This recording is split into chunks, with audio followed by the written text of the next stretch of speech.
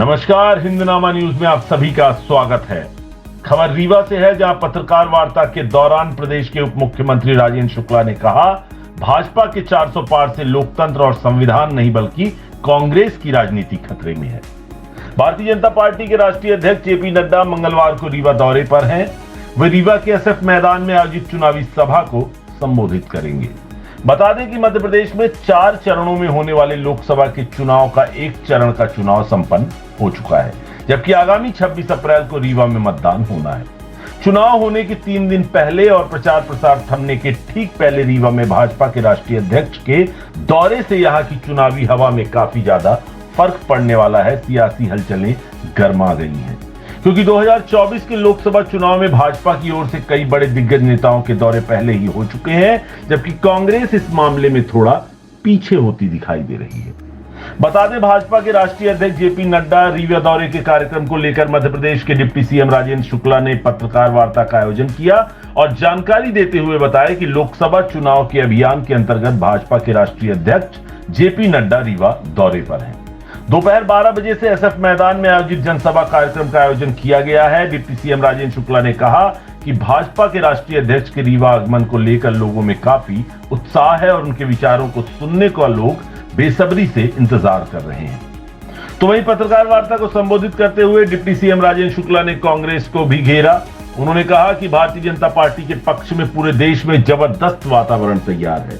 2014 में जब नरेंद्र मोदी प्रधानमंत्री बने थे, तब देश की जनता ने स्पष्ट बहुमत के साथ उनकी सरकार बनाई थी, क्योंकि कांग्रेस के कुशासन से पूरे देश में त्राही मची हुई थी। रोज नए घोटाले सुनने को मिलते थे जो हमारे अर्थव्यवस्था को कमजोर करते थे। डिप्टी सीएम ने आगे कहा कि विकास की दर न्यूनतम स्थिति और मुद्रा की स्थिति उच्चतम स्थिति तक पहुंच चुकी थी, जिसके चलते मोदी जी से एक उम्मीद के नाते उन्हें 282 सीटें मिली थी और स्पष्ट बहुमत की सरकार 1984 के बाद 2024 में बन पाई थी। 2019 के चुनाव में 303 सीटें मिली और वह दूसरी बार प्रधानमंत्री बने। अब जब 2024 का चुनाव होने जा रहा है, तो असाधारण प्रदर्शन को देखते हुए देश की जनता नारा लगा रही है कि अब की बार 400 पार। आइए आपको सुनाते हैं पत्रकार वार्ता के दौरान उप मुख्यमंत्री राजेंद्र शुक्ला ने क्या कुछ कहा है। कल लोकसभा चुनाव के अभियान के अंतर्गत भारतीय जनता पार्टी के राष्ट्रीय अध्यक्ष आदरणीय जगत प्रकाश नड्डा जी हमारे बीच में पधार रहे हैं। एसएफ ग्राउंड में 12 बजे से उनके कार्यक्रम का आयोजन रखा गया है और लोगों में बहुत उत्साह है उनके कार्यक्रम में पहुंचने का, उनका विचारों को सुनने का। भारतीय जनता पार्टी के पक्ष में पूरे देश में एक बहुत ज़बरदस्त वातावरण तैयार है। 2014 में जब मोदी जी प्रधानमंत्री बने थे, तो उस समय देश की जनता ने स्पष्ट बहुमत के साथ उनकी सरकार बनाई थी, क्योंकि कांग्रेस के कुशासन से पूरे देश में त्राही मची हुई थी। रोज़ नए घोटाले सुनने को मिलते थे जो हमारी अर्थव्यवस्था को कमज़ोर करते थे। विकास की दर न्यूनतम स्तर पर और मुद्रा स्फीति उच्चतम स्तर पर पहुंच चुकी थी और इसलिए मोदी जी से एक उम्मीद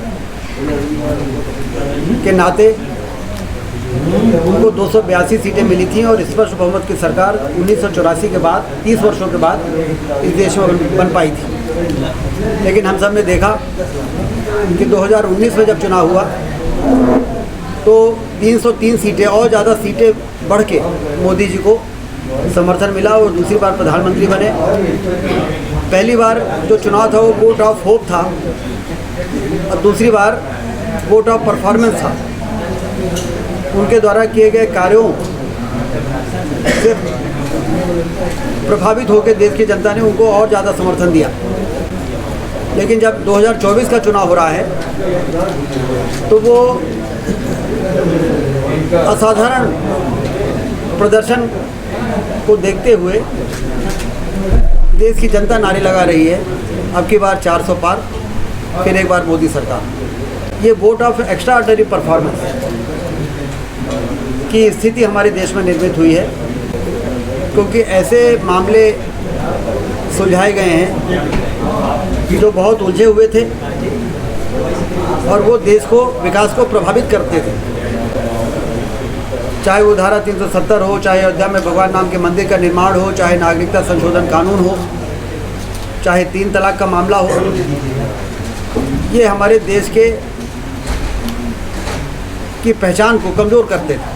दुनिया में हमें एक कमज़ोर देश के रूप में स्थापित करते थे और दुनिया हमें कभी भी गंभीरता से नहीं लेती थी कि जब ये भारत